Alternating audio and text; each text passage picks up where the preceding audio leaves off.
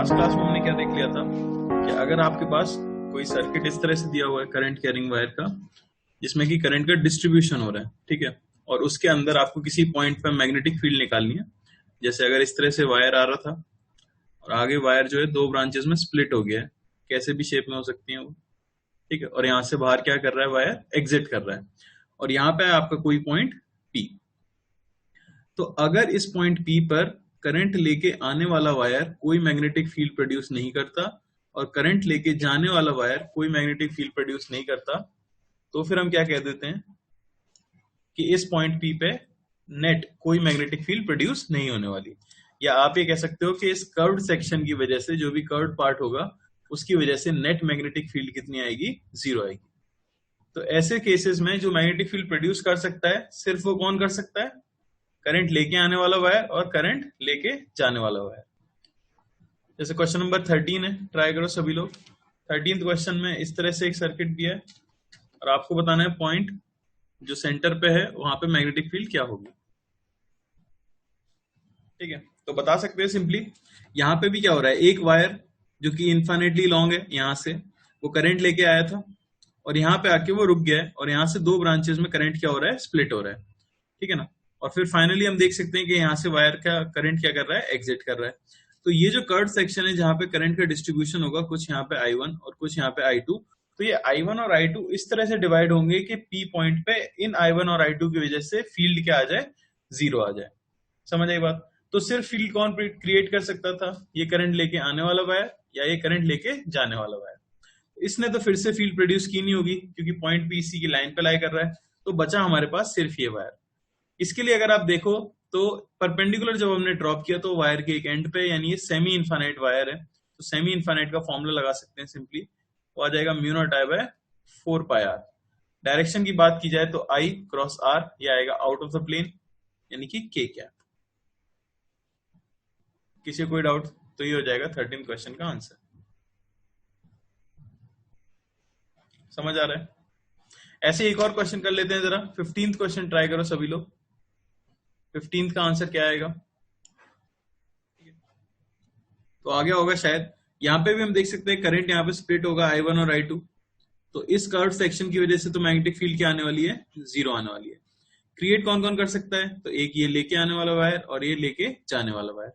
तो आने वाले वायर ने कितना क्रिएट किया होगा, तो सेमी इनफाइनाइट के लिए μ0I/4πr, direction I cross R से आपको मिल जाएगी आउट ऑफ द प्लेन। इस वायर के लिए देखा जाए तो इस वायर के लिए आ जाएगी सेम μ0I/4πr, क्योंकि परपेंडिकुलर डिस्टेंस आ रही है। डायरेक्शन देखी जाए तो I आपका इस तरफ है और R वेक्टर आपका इस तरफ है, तो I क्रॉस R करोगे तो ये आएगा इनटू द प्लेन। तो मैग्नीट्यूड सेम है, डायरेक्शन अलग है, तो नेट फील्ड क्या हो जाएगी, 0। लूप है जो आधा तो रखा हुआ है XY प्लेन में और आधा रखा गया है YZ प्लेन में, और इस तरह से करंट की डायरेक्शन शो की गई है। तो आपको बताना है जो P पॉइंट सेंटर होगा इस लूप का, वहां पे मैग्नेटिक फील्ड की डायरेक्शन क्या होगी, बताओ जरा, पता लग जाएगा। तो जो देखो XY प्लेन में है हमारे पास सेमी सर्कुलर लूप, सेंटर पे हम जानते हैं मैग्नेटिक फील्ड इसकी वजह से जो आएगी B1, उससे मैं क्या कह सकता हूँ, तो आ जाएगा आपका μ0I/2R होता है कंप्लीट सर्कल का, तो हाफ सर्कल का कितना होता है, 4R। डायरेक्शन की बात करें अगर राइट हैंड रूल से तो वो आ जाएगा इनटू द प्लेन, यानी कि -K कैप। सिमिलरली इसकी वजह से अगर B2 बोला जाए तो वो मैग्नीट्यूड में तो सेम आएगा μ0I/4R, सेंटर पे सेमी सर्कल के। डायरेक्शन बस अगर राइट हैंड रूल से निकालोगे तो वो आएगी -J कैप। तो नेट मैग्नेटिक फील्ड क्या हो जाएगी, दोनों का समेशन। तो आप B को क्या कह सकते हो, नेट मैग्नेटिक फील्ड जो होगी वो होगी आपकी μ0I/4R -K cap -J cap. समझ आया। कोई मैग्नीट्यूड निकालना चाहता है तो मैग्नीट्यूड भी बता सकते हैं हम, कितना आ जाएगा मैग्नीट्यूड, वो आ जाएगा μ0/4R I√2, ठीक है ना, सिंपल क्वेश्चन है। तो 14th क्वेश्चन में बोला गया find the magnitude of net magnetic field at the centre of a current carrying n sided polygon with current I। यानी कि अगर आपके पास एक n साइडेड पॉलीगॉन है तो उसके सेंटर पे नेट कितना मैग्नेटिक फील्ड आएगा। समझ आ रहा है। तो कोई पॉलीगॉन है जिसकी n साइड्स हैं और आपको यही बताना है कि उसकी सेंटर पे मैग्नेटिक फील्ड क्या होगा, ठीक है। और पॉलीगॉन की साइड लेंथ को हम a ले लेते हैं मान लो। बताओ क्या आएगा। सबसे पहले तो आपको ये देखना पड़ेगा कि कोई भी एक साइड इस पॉलीगॉन की सेंटर पे कितना एंगल सबटेंड कर रही होगी। ठीक है, तो आपको पता है कि n साइड्स हैं, जो टोटल एंगल कितना सबटेंड कर रही होंगी, 2 पाई रेडियन। तो ये जो एंगल होगा, अगर मैं परपेंडिकुलर ड्रॉप कर दूं, ठीक है, इस तरह से, पहले तो हमें पता है ये दूरी कितनी होगी, तो ये दूरी होगी a/2, सेंटर से ड्रॉप किया हमने। इस एंगल को मैं बोल देता हूं थीटा, तो ये एंगल भी क्या होगा, थीटा। तो एक साइड जो एंगल सबटेंड कर रही होगी, हमें पता है कि n साइड्स मिलके सेंटर पे एंगल कितना बना रही है, 2 पाई एंगल बना रही है। तो एक साइड सेंटर पे एंगल कितना बना रही होगी, तो वो एंगल बना रही होगी 2 पाई बाय n। और एक साइड ने एंगल बनाया कितना है, 2 थीटा। तो 2 थीटा की वैल्यू बेसिकली क्या है, 2 पाई बाय n। यहां से आपको थीटा मिल जाएगा कितना, पाई बाय n। एक बार हमें थीटा मिल गया पाई बाय n, तो हम ये परपेंडिकुलर डिस्टेंस d भी कैलकुलेट कर सकते हैं। कैसे, मैं लिख दूंगा tan थीटा, ये क्या हो जाना चाहिए, तो ये हो जाना चाहिए a/2 अपॉन d। तो यहां से हमें d की वैल्यू मिल जाएगी कितनी, a/2 बाय tan थीटा। ठीक है ना, समझ आ रही है बात। ये हमें मिल गया d। अब बस इस वायर की वजह से आपको क्या करना है, पॉइंट p पे मैग्नेटिक फील्ड लिखनी है। तो वायर की वजह से लिखना हम जानते हैं, देखो परपेंडिकुलर के दोनों साइड्स पे एंड ड्रॉप कर रहे हैं, ये एक फाइनाइट वायर है, फाइनाइट वायर वाला फॉर्मूला लगा दीजिए। क्या लिख दोगे आप, बी नेट जो आएगा। अच्छा, एक चीज हम देख सकते हैं कि हर वायर के लिए डायरेक्शन तो सेम ही आने वाली है, ठीक है ना। अगर ये लूप इस प्लेन में रखा हुआ है, तो सभी के लिए out of the plane direction आएगी नेट मैग्नेटिक फील्ड की, जैसे कि हम स्क्वायर के केस में देख भी चुके थे। तो एक का मैग्नेटिक फील्ड लिखूंगा और उसे कितने टाइम्स कर दूंगा, n टाइम्स। तो नंबर ऑफ साइड्स n है, ठीक है। अब एक साइड का लिख देते हैं, तो वो आ जाएगा कितना, वो आ जाएगा mu naught I bye 4 pi D, ठीक है ना, sine theta 1 plus sine theta 2। तो हम देखते थे टॉप और बॉटम को कनेक्ट करने के लिए दोनों ही क्या आ रहे हैं, थीटा। तो आप लिख सकते हैं यहाँ पे क्या, simply sine theta 1 plus sine theta 2। समझ आ रहा है सबको। ये मैंने लिख दिया क्या, magnetic field due to one wire, और उसे n टाइम्स करने से आपको नेट मैग्नेटिक फील्ड मिल जाना चाहिए। देख लो कितना आ रहा है, बी नेट आपको मिल जाएगा n mu naught I bye 4 pi, D को मैं क्या लिख सकता हूँ, तो डी को मैं लिख सकता हूँ a/2 tan थीटा, ठीक है ना। तो tan पाई बाय n, ठीक है ना। यहाँ पे हम क्या लिख सकते हैं, 2 साइन थीटा, यानी 2 साइन पाई बाय n। समझ आ रहा है।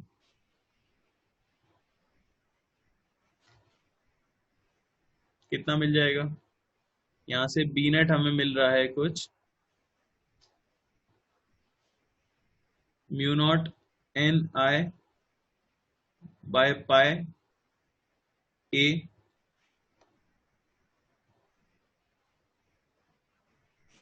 ठीक है ना। यहाँ पे कुछ क्या आ रहा है, हाँ,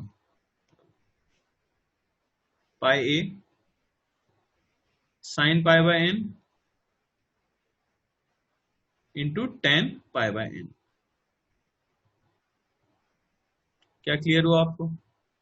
तो ये मैंने लिख दिया क्या, magnetic field due to n sided polygon. करना कुछ नहीं था, एक छोटे से वायर की वजह से लिखना था और उसे एन टाइम्स कर देना था। देखो यहाँ से, तो जैसे गॉस लॉ बहुत इंपॉर्टेंट था आपका इलेक्ट्रोस्टैटिक्स में, वैसे ही एम्पियर सर्कुलर लॉ है, ठीक है ना।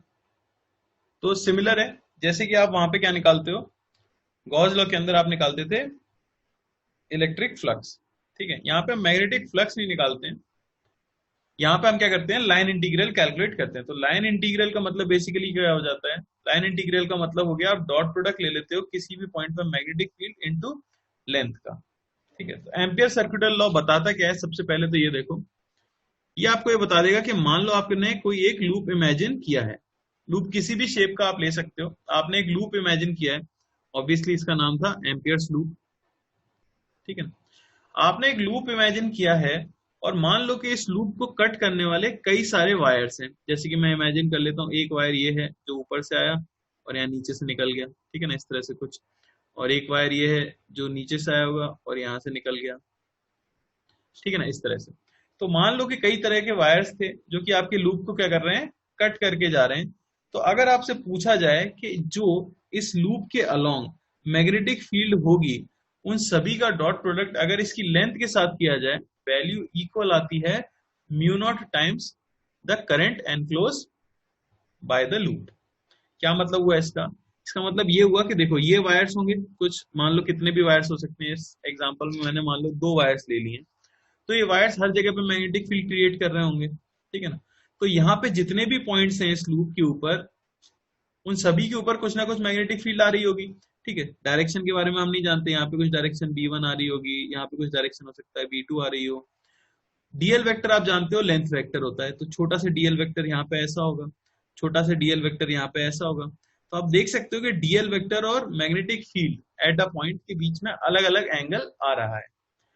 तो इस लॉ ने यही बता दिया कि अगर आप लाइन इंटीग्रल करते हो मैग्नेटिक फील्ड का अलोंग लेंथ, यानी बी डॉट डीएल अगर कैलकुलेट किया जाए, इसका मतलब क्या हो गया? Complete integral. मतलब पूरी लेंथ के लिए अगर आप बी डॉट डीएल कैलकुलेट करते हो तो उसकी वैल्यू जो निकल के आती है वो आती है mu not times the current enclosed by the loop. तो जिस तरह से गॉस लॉ में हम कहते थे कि किसी भी 3D क्लोज्ड ऑब्जेक्ट से नेट फ्लक्स क्रॉस करने वाला जो होगा उसकी वैल्यू होगी cyclic integral of E dot D S, और वो इक्वल आता है किसके? Q in by epsilon not के। वैसे ही मैग्नेटिज्म में आप बोल दोगे कि अगर आपके पास एक एम्पियर्स लूप है, ठीक है ना, जो कि किसी भी शेप का हो सकता है, अच्छी बात यह है, तो उसके हर एक पॉइंट पर अगर आप मैग्नेटिक फील्ड का डॉट प्रोडक्ट ले लेते हो वहां पर डीएल वेक्टर के साथ, और सभी को अगर आप ऐड कर देते हो तो उसकी वैल्यू इक्वल आ जाती है mu not times the current enclosed by the loop.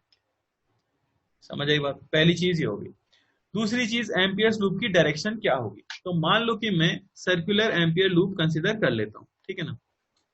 मान लो मैंने एक ऐसा एम्पियर लूप कंसीडर किया है और इसमें से करंट इस तरह से जा रहा है, एक करंट ऊपर की तरफ जा रहा है मान लो I1, और एक करंट नीचे की तरफ जा रहा है मान लो I2। तो अगर इस लूप के लिए आपसे बोला जाए कि एम्पियर्स लॉ लगा के बताओ, तो आप लिखोगे कि लूप के लिए cyclic integral B dot DL की वैल्यू होनी चाहिए म्यू नॉट आई इन, तो करंट एनक्लोज्ड। अब बात यह थी कि आपको किसी एक करंट को पॉजिटिव लेना पड़ेगा और किसी एक करंट को नेगेटिव लेना पड़ेगा। तो वो कौन डिसाइड करेगा? तो वो डिसाइड करता है आपके एम्पियर्स लूप की डायरेक्शन। तो एम्पियर्स लूप की भी एक डायरेक्शन होगी जो कि या तो क्वेश्चन में दी गई होगी, और अगर नहीं दी गई है तो हम अपनी मर्जी से कोई भी अज्यूम कर सकते हैं। जैसे इस लूप के लिए आप एरिया वेक्टर अगर डिफाइन करते हैं तो इस लूप के लिए 2 एरिया वेक्टर आपको दिख सकते हैं, एक तो ऊपर की तरफ और एक नीचे की तरफ। तो ये आपकी श्रद्धा है, आप कोई सी भी एरिया वेक्टर को पॉजिटिव कंसिडर कर सकते हो। अगर मैंने एम्पियर्स लूप में इस तरह की डायरेक्शन कंसिडर कर ली, ये डायरेक्शन कंसिडर करने का मतलब क्या हुआ आप देख सकते हो। अगर यहां से बाहर आती हुई, ये कोई करंट नहीं है, ये सिर्फ डायरेक्शन का सेंस बता रहा हूं मैं। इस लूप में यहां से बाहर आता हुआ और यहां से अंदर जाता हुआ डायरेक्शन मैंने कंसिडर कर लिया है, यानी कि मैंने पॉजिटिव डायरेक्शन एरिया वेक्टर की कौन सी मान ली है? ऊपर जाती हुई मान ली है। तो ऐसा करने की वजह से I1 जो हमारा करंट है वो तो कैसा हो जाएगा? पॉजिटिव, पर I2 जो करंट है वो हमारा कैसा हो जाएगा? नेगेटिव। तो है कुछ नहीं, बस ध्यान आपको ये रखना है कि जब म्यू नॉट आई एनक्लोज लिख रहे हो तब आपको करंट जो है वो साइन के साथ पुट करना होगा। साइन कैसे पता लगेगा? या तो लूप के लिए हमें साइन दिया गया होगा, पॉजिटिव डायरेक्शन दी गई होगी, अगर नहीं दी गई है तो कोई भी एक डायरेक्शन को हम पॉजिटिव मान के क्वेश्चन सॉल्व कर सकते हैं। क्या सबको ये समझ आ रहा है? अब तुम कहोगे समझ तो आ रहा है पर इसका एप्लीकेशन फील नहीं आ रहा है। जैसे वहां पे तो हम फ्लक्स कैलकुलेट कर रहे थे, पर यहाँ पे हम कर क्या रहे हैं? तो यहाँ पे हम बेसिकली किसी भी पॉइंट पर मैग्नेटिक फील्ड कैलकुलेट कर सकते हैं कुछ पर्टिकुलर कंडीशंस में।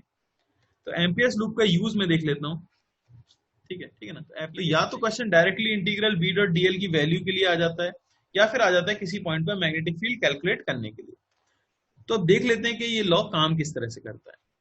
तो मान लो कि मेरे पास एक इनफाइनाइट वायर है जिसमें कि करंट फ्लो कर रहा है I, उससे कुछ r दूरी पे एक पॉइंट है P, और आपको इस P पॉइंट पे इस वायर की वजह से मैग्नेटिक फील्ड बतानी है। जैसा कि हम पहले पढ़ चुके हैं, डिराइव कर चुके हैं, एक इनफाइनाइट वायर की वजह से r दूरी पे मैग्नेटिक फील्ड जो होगी उसकी वैल्यू क्या हो जाएगी? उसकी वैल्यू आ जाएगी mu naught I by 2 pi r। अब हम इस लॉ से कैसे निकालेंगे वो देख लो, ठीक है ना। कैसे आएगा? तो अब आपको एक एम्पियर्स लूप अज्यूम करना है। सबसे पहले तो हमेशा आपको कोशिश क्या करनी है कि हम एम्पियर्स लूप ऐसा कैलकुलेट करें, हम एम्पियर्स लूप ऐसा अज्यूम करें कि जो मैग्नेटिक फील्ड हो वो लूप के ऊपर हर पॉइंट पे कैसी आ जाए, सेम आ जाए। तो जो प्रिंसिपल हम गॉस लॉ में लगाते थे, हालांकि वहां एक कंस्ट्रेंट था कि या तो आप स्फीयर ले सकते थे या सिलेंडर ले सकते थे, यहाँ वो कंस्ट्रेंट नहीं है।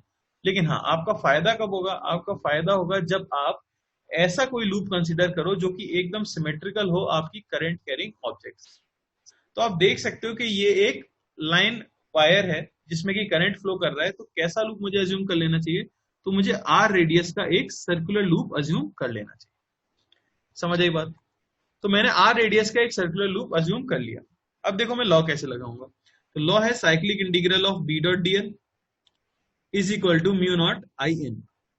अब क्योंकि मैंने लूप ऐसा कंसिडर किया है जिसके लिए बी हर पॉइंट पे क्या है, सेम है, तो बी को मैं क्या मान सकता हूं, कांस्टेंट मान सकता हूं। समझ आ रही है कि नहीं आ रही बात? अगर आप ऐसा लूप कंज्यूम नहीं करोगे कि बी हर पॉइंट पे सेम हो, तो फिर आप बी को इंटीग्रेशन के बाहर नहीं ला पाओगे। तो मैंने लूप एकदम सिमेट्रिकल एज्यूम किया, तो मुझे पता था हर पॉइंट पे मैग्नेटिक फील्ड सेम है, यानी मैं उसे इंटीग्रेशन के बाहर ला सकता हूं। तो यहां हमें मिला बी इंटीग्रेशन ऑफ डीएल, ये क्या हो जाना चाहिए, तो ये हो जाना चाहिए म्यू नॉट इंटू आई इन। आई इन आप देख सकते हो लूप को कट करने वाला नेट कितना करंट है, तो लूप को कट करने वाला जो नेट करंट है वो सिंपली क्या है, आई। अब मैंने यहाँ पॉजिटिव लिख दिया, क्यों, क्योंकि एक ही करंट था, तो मैं चाहता तो ऊपर की डायरेक्शन पॉजिटिव ले सकता था और नीचे की ले सकता था। तो बेटर क्या रहेगा, आप ऊपर वाली ले लो क्योंकि करंट ऊपर की तरफ जा रहा है, तो ये पॉजिटिव वैल्यू आ जाएगी बस। वैसे भी आप मैग्नीट्यूड कैलकुलेट कर रहे हो, ठीक है ना। अब बात आती है डॉट प्रोडक्ट की। तो ऐसा सोच के देखो, एक वायर के लिए हमें पता है कि magnetic field right hand rule से हमेशा कैसी आती है, तो वो टेंजेंशियल आती है। जैसे कि आप इस पॉइंट पे मैग्नेटिक फील्ड कैलकुलेट कर रहे होते, तो आई क्रॉस आर आप करते तो वो मैग्नेटिक फील्ड बाहर की तरफ आती। इस पॉइंट पे कैलकुलेट करते तो वो इस तरफ आती, इस पॉइंट पे कैलकुलेट करते तो वो कुछ इस तरफ आती। तो हम देख सकते हैं कि बी और डीएल के बीच का एंगल भी क्या है, बी और डीएल के बीच का एंगल भी क्या है, 0। समझ आ रही है ना बात? तो cos 0 जो डॉट प्रोडक्ट खोलने से आएगा वो भी क्या हो जाएगा, 1। खैर, अब मुझे लिखनी है इंटीग्रेशन डीएल की वैल्यू। तो बताओ पूरे लूप के लिए टोटल लेंथ जब आप ऐड करोगे डीएल की तो वो कितनी मिल जाएगी, वो आपको मिल जाएगी 2 पाई आर। ये होना चाहिए mu naught into current enclosed. और बी की वैल्यू देखो क्या आई है आपके पास, बी की वैल्यू आई है म्यू नॉट आई बाय 2 पाई। समझ आई बात? तो ये हमने पहले कैसे निकाला था, याद होगा आपको, वाई पे जाके डी वाई थिकनेस का एलिमेंट कंसिडर किया था, थीटा पे जाके डी थीटा बड़ा सा इंटीग्रेशन किया था, वहां से रिजल्ट आया था हमारे पास, है ना, फाइनाइट वायर के लिए। तो इनफाइनाइट के लिए हमने यहाँ पे डायरेक्टली कैसे निकाल लिया, एम्पियर्स लूप लॉ से। मेंस वगैरह में ऐसे ही क्वेश्चन आ जाते हैं कि आप सिंपली बस बता दो इंटीग्रल बी डॉट डीएल की वैल्यू। तो जैसे मुझसे पूछा गया हो तो बताओ इंटीग्रल बी डॉट डीएल की वैल्यू क्या होगी इस क्वेश्चन के लिए, जहाँ पे लूप ऐसे दिया गया है आपको, ये आपको डायरेक्शन दी गई है, यहाँ से अंदर जाती हुई, यहाँ से बाहर आती हुई, और कुछ करंट दिए गए हैं, ठीक है ना। तो करंट जैसे हमें दिया गया I1 ऊपर, I3 ऊपर,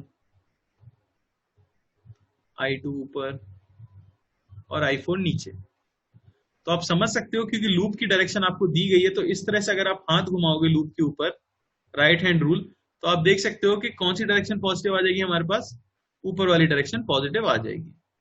तो ऊपर वाले करंट्स को हमें क्या लेना होगा, पॉजिटिव लेना होगा। तो सिंपली बस बी डॉट डीएल की वैल्यू क्या हो जाएगी, बी डॉट डीएल की वैल्यू हो जाएगी म्यू नॉट इंटू आई इन। तो उसे मैं लिख सकता हूँ I1 plus I2 plus I3 minus I4। समझ आ रही है बात? तो लूप की डायरेक्शन आपको दी गई है, अगर आपको क्लियरली समझ नहीं आ रही तो मैं यहाँ पे ड्रॉ करके दिखा रहा हूँ। ये यहाँ से अंदर जाती हुई है और यहाँ से बाहर आती हुई। मैं फिर बोल रहा हूँ ये करंट नहीं है, ये सिर्फ लूप की डायरेक्शन दिखाने के लिए बनाया गया है, और वायर्स आपको इस तरह से ड्रॉ किए गए हैं। समझ गए होंगे सभी लोग? पॉजिटिव डायरेक्शन कौन सी आ जाएगी, तो पॉजिटिव डायरेक्शन आप इसके हिसाब से निकालोगे तो वो आ जाएगी आपकी नीचे की तरफ, ठीक है ना। ये डायरेक्शन आपकी क्या आ गई, पॉजिटिव। तो इंटीग्रल बी डॉट डीएल की वैल्यू क्या आ जाएगी, तो बी डॉट डीएल की वैल्यू आ जाएगी म्यू नॉट इंटू आई इन। तो नीचे की तरफ जो करंट है वो पॉजिटिव होगा, आप देख सकते हो I4 है, ठीक है ना, I4 पॉजिटिव है, I1 नेगेटिव है, I2 नेगेटिव है, तो minus I1 minus I2। I3 को आप देखो एक बार पॉजिटिव है और एक बार नेगेटिव है, जब वो नीचे आ रहा होगा तो पॉजिटिव होगा, लेकिन ऊपर जा रहा होगा तो नेगेटिव होगा। तो I3 तो इफेक्टिवली नेट क्या हो गया, 0 हो गया। तो यही आपका आ जाएगा लाइन इंटीग्रल। क्या सबको क्लियर है? बी पार्ट कर लो जल्दी से। बी पार्ट, बी पार्ट में 3 डायमेंशनल है फिगर, ध्यान से करना। तो बी डॉट डीएल की वैल्यू क्या होगी, तो वो हो जाएगी म्यू नॉट इनटू, आपको लूप की डायरेक्शन ये दी गई है, यानी जो लूप एक्जेड प्लेन के अंदर है उसके लिए तो पॉजिटिव डायरेक्शन कौन सी है, तो उसके लिए पॉजिटिव डायरेक्शन है पॉजिटिव वाई एक्सिस में, यानी इस नीचे वाले लूप के लिए तो ये डायरेक्शन पॉजिटिव हो गई। अच्छा, ये लूप की डायरेक्शन इस तरह से जाएगी, तो इस तरह से होने वाला है इस लूप में, तो इसके लिए पॉजिटिव डायरेक्शन कौन सी है, तो इसके लिए पॉजिटिव डायरेक्शन है ये वाली, यानी कि प्लस के कैप में। समझ आ रहा है? तो जो जो करंट प्लस के कैप की तरफ है वो पॉजिटिव होंगे, बेसिकली प्लस के कैप की तरफ पॉजिटिव करंट है, और एक हम देख सकते हैं कि प्लस जे कैप की तरफ पॉजिटिव करंट। ये दोनों करंट सिर्फ क्या होने वाले हैं, पॉजिटिव होने वाले। सबसे पहले अगर हम I1 को देखें, तो I1 आप देख सकते हो किधर जा रहा है, नेगेटिव जे कैप में जा रहा है, तो माइनस I1 आ जाएगा, ठीक है ना। I2 को अगर आप देखो तो वो पॉजिटिव जे कैप में जा रहा है, तो वो पॉजिटिव में आ जाएगा। I3 को अगर आप देखो, I3 भी पॉजिटिव जे कैप में जा रहा है, वो भी प्लस में आ जाएगा। I4 को देखा जाए तो I4 जो है माइनस के कैप में जा रहा है, तो वो कैसा होगा, नेगेटिव आ जाएगा। I5 को अगर देखा जाए तो I5 नीचे से आया है, देख रहे हो आप, तो I5 पहले तो किधर जा रहा है, प्लस जे कैप में जा रहा है, इसको कट करके जब निकला तो वो पॉजिटिव में हो जाएगा, तो प्लस I5, फिर कट करके वो कहां चला गया, माइनस के कैप में, तो नेगेटिव भी हो जाएगा, तो माइनस I5। इफेक्टिवली I5 लिखने की जरूरत नहीं है, कट गया, ठीक है। तो आंसर आपको मिल जाएगा कितना, हो जाएगा mu naught minus I1 plus I2 plus I3 minus I4। समझ आया? ठीक है ना। तो इससे पहले सिर्फ हमने बात की है किसकी, करंट कैरिंग वायर की। सॉलिड है या हॉलो है उसकी हमने बात नहीं की थी, लेकिन अब हम देख रहे हैं कैसा, हॉलो वायर। तो मान लो यही कि आपके पास एक इनफाइनेटली लॉन्ग वायर है, लेकिन वो हॉलो है। हॉलो होने का मतलब ये हो गया कि उसके अंदर मटेरियल नहीं है। अगर अंदर मटेरियल नहीं है तो करंट सिर्फ कहां फ्लो कर सकता है, तो करंट सिर्फ और सिर्फ उसकी सरफेस के ऊपर क्या कर सकता है, फ्लो कर सकता है, इस तरह से। जो उसकी कर्व्ड सरफेस है बेसिकली, उसी के ऊपर करंट क्या कर सकता है, फ्लो कर सकता है, यानी अंदर कोई भी करंट फ्लो नहीं कर रहा है। मान लेते हैं कि आई करंट इस तरह से हमारे वायर के अंदर फ्लो करके जा रहा है, ठीक है ना। ये मान लो इसकी एक्सिस है, और यहाँ है कोई पॉइंट P जिसकी डिस्टेंस है x, वायर की रेडियस में मान लेता हूँ r। आपको इसी पॉइंट P पे क्या बतानी है, मैग्नेटिक फील्ड बतानी है, ठीक है ना। तो देख लो क्या करना होगा हमें, एम्पियर्स लॉ लगाना है। इसके लिए मैं क्या करूंगा, क्रॉस सेक्शन व्यू ड्रॉ कर लूंगा। ध्यान से देखना सभी लोग, इसको कंफ्यूज मत करना, जो हमने गॉस लॉ में किया था स्फीयर के लिए वो नहीं कर रहा हूं मैं यहाँ पे सिलेंडर के लिए कर रहा हूँ, ध्यान रखना। तो क्रॉस सेक्शनल व्यू अगर इसका हम ड्रॉ करेंगे तो आपको इस तरह से वायर दिखेगा, ठीक है। और मैंने अगर ये बॉटम पोर्शन बनाया है जिसमें कि करंट ऊपर की तरफ जा रहा है, तो मैं कह सकता हूँ कि यहाँ पे करंट हमें कुछ इस तरह से जाता हुआ दिख रहा है इनटू द प्लेन, और ये हो गई आपकी एक्सिस। ये है हमारी रेडियस r, और ये है आपका पॉइंट P जिसकी डिस्टेंस है x। वहां पर हमें बतानी है क्या, मैग्नेटिक फील्ड। तो सबसे पहले तो मैं ले लेता हूं 3 केसेस। पहला केस आ जाएगा when x is greater than r, यानी कि x कहां पे, वायर के बाहर, जैसे कि हमने यहाँ पे ड्रॉ भी किया। दूसरा केस क्या आ जाता है, तो दूसरा केस आ जाता है x is equal to r, यानी कि पॉइंट P कहां है, सरफेस पर है। और तीसरा केस आ जाता है x is less than r, यानी कि पॉइंट P जो है वो वायर के अंदर है, क्योंकि ये हॉलो वायर है तो अंदर हो सकता है पॉइंट। अब देखो, सबसे पहले बाहर वाले पॉइंट के लिए आपको कैसा लूप लेना चाहिए, तो ऑब्वियसली हमें पता है कैसा लूप लेंगे, हम सर्कुलर लूप ले लेंगे।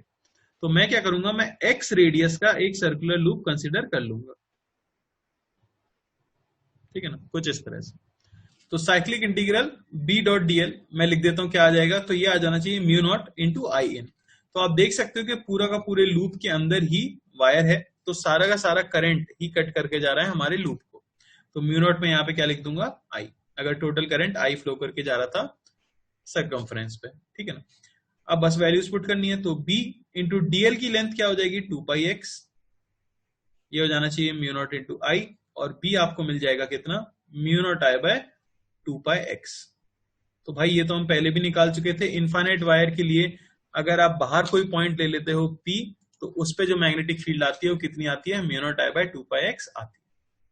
अच्छा, कोई बोले x इक्वल टू r के लिए, तो सिंपली x की जगह आप r रख दोगे, B आपको कितना मिल जाएगा, वो मिल जाएगा mu naught I bye 2πr। तो ये तो हम पहले से ही जानते हैं, इनफाइनेटली लॉन्ग वायर है, बाहर कोई पॉइंट है x डिस्टेंस पे, तो फील्ड क्या हो जाती है, mu naught I bye 2πx हो जाती है। अब मान लो कि पॉइंट हमने ले लिया कहां, अंदर, तो अंदर वाले पॉइंट पे कितनी मैग्नेटिक फील्ड होगी वो आपको निकालना है। तो इस बार मैं लूप जो कंसीडर करूंगा वो अंदर कंसीडर करूंगा, x रेडियस का, ये मैंने लूप कंसीडर कर लिया। समझ आई ना बात।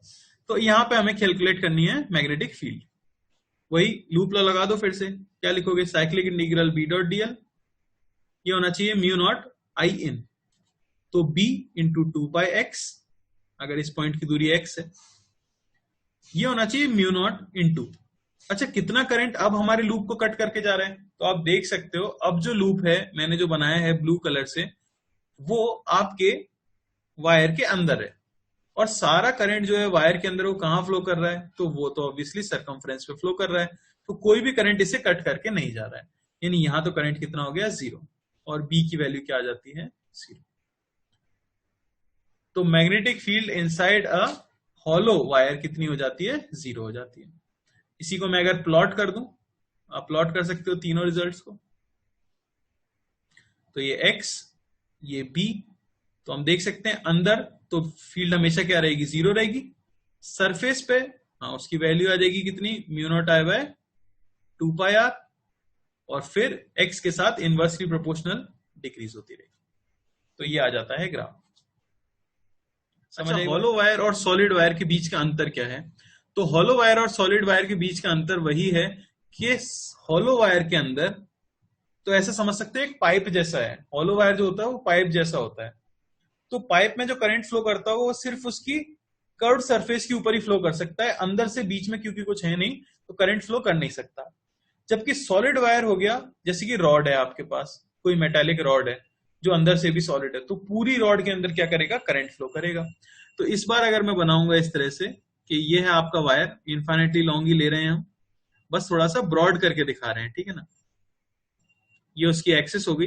तो इस बार जो करंट है वो पूरी वॉल्यूम के अंदर फ्लो करके जा रहा है इस तरह से, जो पहले सिर्फ कहां जा रहा था, सरफेस पर जा रहा था, ठीक है ना।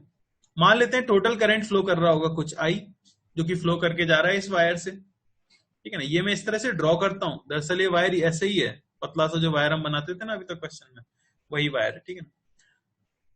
तो I करंट है जो इस तरह से फ्लो करके जा रहा है, हमने एक वायर कंसिडर किया है जिसकी रेडियस मान लेते हैं क्या है, R है। तो यहां पे आप डिफाइन कर सकते हो क्या, करंट डेंसिटी। करंट डेंसिटी क्या हो जाएगी, करंट डेंसिटी होती थी करंट पर यूनिट एरिया, तो वही मैं इसका क्रॉस सेक्शनल व्यू बना रहा हूं। क्रॉस सेक्शनल व्यू का मतलब हो गया आप यहां से देख रहे हो, ठीक है, नीचे से अगर आप देखते हो तो जो आप व्यू बनाओगे वो कैसा दिखेगा, आपको सर्कुलर दिखेगा इस तरह से, और जो करंट ऊपर तक जा रहा था वो अब आपको कैसे दिख रहा होगा, तो वो करंट अब अंदर की तरफ जा रहा है इस तरह से, ठीक है। तो ये हमारा वायर है, उसकी रेडियस है कितनी, R, और करंट अंदर फ्लो करके जा रहा है I। तो आप देख सकते हो कि एरिया कितना है, πr², जिसमें टोटल करंट कितना जा रहा है, I करंट जा रहा है। तो करंट डेंसिटी बता सकते हैं हम J, इसकी वैल्यू क्या हो जाएगी, तो J की वैल्यू हो जाएगी I बाय πr²। ये हो गया आपका करंट पर यूनिट एरिया। अब वही 3 केसेस लूंगा मैं, एक बार मैं अपने पॉइंट को बाहर रखूंगा, एक बार मैं अपने पॉइंट को सरफेस पर रखूंगा, और एक बार मैं अपने पॉइंट को अंदर रखूंगा, ठीक है ना। तो ये डिस्टेंस हो गई आपकी x, ठीक है ना, ये भी R, और ये भी फिर से हम लेंगे कुछ x। पहला केस ले लेते हैं जब हमारा पॉइंट भी बाहर है, यानी कि x is greater than R। अगर x बड़ा है आपका R से तो पॉइंट आपका वायर के बाहर है, फिर से क्या करोगे, आप एक लूप इमेजिन करोगे, कितनी रेडियस का इमेजिन करोगे, x रेडियस का इमेजिन करोगे। तो ये जो मैंने लूप कंसिडर किया है मैं आधा ही ड्रॉ कर रहा हूं, है ये पूरा इस तरह से, ठीक है, ये एम्पियर्स लूप है, समझ आए। तो लिख देते हैं, इसकी वजह से क्या आएगा, तो आएगा cyclic integral B dot dl, ये होना चाहिए mu naught into I enclosed, तो B इंटू dl, आपके लूप की सरकमफ्रेंस कितनी हो जाएगी, तो 2πx, ये होना चाहिए म्यू नॉट इंटू कितना करंट आपके लूप के अंदर है। तो आप देख सकते हो कि हमने जो लूप कंसिडर किया है वो एक्स रेडियस का कंसिडर किया है, और एक्स ऑब्वियसली क्या है, बड़ा है आर से, तो सारा करंट ही अंदर है। तो यहाँ सिंपली में क्या लिख दूंगा, आई। और बी आपको क्या मिल जाएगा, वो मिल जाएगा mu naught I by 2 pi x. तो आप देखो, सॉलिड हो या हॉलो हो, बाहर वाले पॉइंट के लिए फॉर्मूला आता है mu naught I by 2 pi x, और सही भी है। इससे पहले जब हमने बायट सेवर्ट लॉ में डिराइव किया था, तब हमने निकाला था magnetic field due to infinite wire, और उसका फॉर्मूला आ गया था यही mu naught I by 2 pi x. वहां पे मैंने ये तो बताया ही नहीं था आपको सॉलिड है या हॉलो है, वो कॉन्सेप्ट तो हम यहाँ समझ रहे हैं, ठीक है। तो रिजल्ट तो सेम ही आने वाला था, और आया भी सेम है, ठीक है, कोई दिक्कत नहीं है, यहां तक कोई अंतर नहीं है। सेकेंड पार्ट इसी में ले लिया जाए, when x is equal to r, यानी कि अब आप सरफेस पे पहुंच गए हो, तो क्या हो जाएगा बी, तो बी आपको वही मिल जाएगा क्या, mu naught I by 2 pi r. तो जो हॉलो के केस में आया वही किस केस में आया, सॉलिड के केस में भी आया। मेन चीज जो आ जाती है वो आ जाती है कि अब अगर आप अंदर चले जाओ, तो अंदर मैंने कोई पॉइंट पी ले लिया है, यानी कि तीसरा केस जो है जिसमें कि x is less than r। तो अगर अब आपका x is less than r, यानी x आपका अब छोटा हो चुका है r से, तो अब जो आप एम्पियर्स लूप लोगे वो ऑब्वियसली आपके वायर की सरकमफ्रेंस से क्या है, कम है। ये लूप आपने कंसिडर किया है। तो अब हम क्या लिखेंगे भाई, अब हम वही लिखेंगे b डॉट dl, ये हो जाना चाहिए क्या, म्यू नॉट आई इन। तो b इंटू dl, तो x दूरी का ही लूप लिया है आपने, तो इसकी लेंथ तो 2 पाई x ही है। ये होना चाहिए म्यू नॉट इंटू आई इन। तो बताओ जरा अंदर करंट कितना है, तो अंदर करंट इतनी वॉल्यूम से फ्लो करने वाला जो करंट होगा वही सिर्फ करंट आ जाएगा इनसाइड द लूप। हमें पता है कि करंट पर यूनिट एरिया कितना है, J। तो इतने एरिया में से कितना करंट फ्लो कर रहा होगा मैं वो भी कैलकुलेट कर सकता हूं। कितना आ जाएगा भाई, तो वो करंट आ जाएगा आपका current density into area of आपका एम्पियर लूप, जो कि क्या हो जाएगा, पाई एक्स स्क्वायर, क्योंकि एक्स रेडियस का आपने माना है। ये आ गया म्यू नॉट J पाई x square b into 2 pi x, और b की वैल्यू क्या मिल गई आपको, तो b की वैल्यू आपको मिल गई म्यू नॉट jx बाय 2। समझ आई क्या बात, बहुत ज्यादा इंपॉर्टेंट फॉर्मूला है, आपको याद रखना है। Inside a solid conducting wire, axis से x डिस्टेंस दूर अगर करंट डेंसिटी J है, तो मैग्नेटिक फील्ड जो आती है वो आती है म्यू नॉट jx बाय 2, यानी कि डायरेक्टली प्रोपोर्शनल टू x। दिख रहा है आपको, तो जैसे जैसे आप एक्सिस से दूर जाओगे मैग्नेटिक फील्ड की वैल्यू क्या होती जाएगी, बढ़ती जाएगी। अच्छा, बाहर वाले पॉइंट के लिए भी अगर मैं J के टर्म्स में ही निकाल लूं रिजल्ट, तो क्या आएगा, तो बाहर के लिए फॉर्मूला आ चुका है mu naught I by 2 pi x, ठीक है ना। तो बस I को क्या रख देंगे, I हो जाएगा J into pi r square, क्योंकि हम फॉर्मूला देख चुके हैं कि J बराबर है I upon pi r square, upon रख देते हैं 2 पाई एक्स। तो B बाहर वाले पॉइंट्स के लिए आता है mu naught J r square by 2x, ठीक है ना। ये फॉर्मूला आपको याद रखना है J के टर्म्स में, अगर हम याद रखना चाहते हैं mu naught J r square by 2x बाहर वाले पॉइंट्स के लिए। समझ आई क्या बात, इंपॉर्टेंट फॉर्मूला कौन सा है कि वायर के अंदर मैग्नेटिक फील्ड का फॉर्मूला क्या आ जाएगा, म्यू नॉट jx बाय 2। तो अगर इसका ग्राफ प्लॉट करें हम, तो आप देख सकते हो कि सरफेस पहुंचने तक तो म्यू नॉट jx बाय 2 है, यानी कि डायरेक्टली प्रोपोर्शनल है।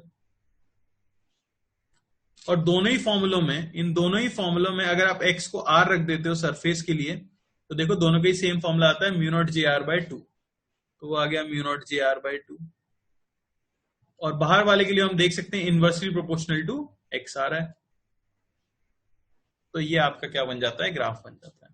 यानी कि मैग्नेटिक फील्ड एक्सिस से दूर जाने पे बढ़ती है, सरफेस पे मैक्सिमम होती है और फिर घटने लगती है।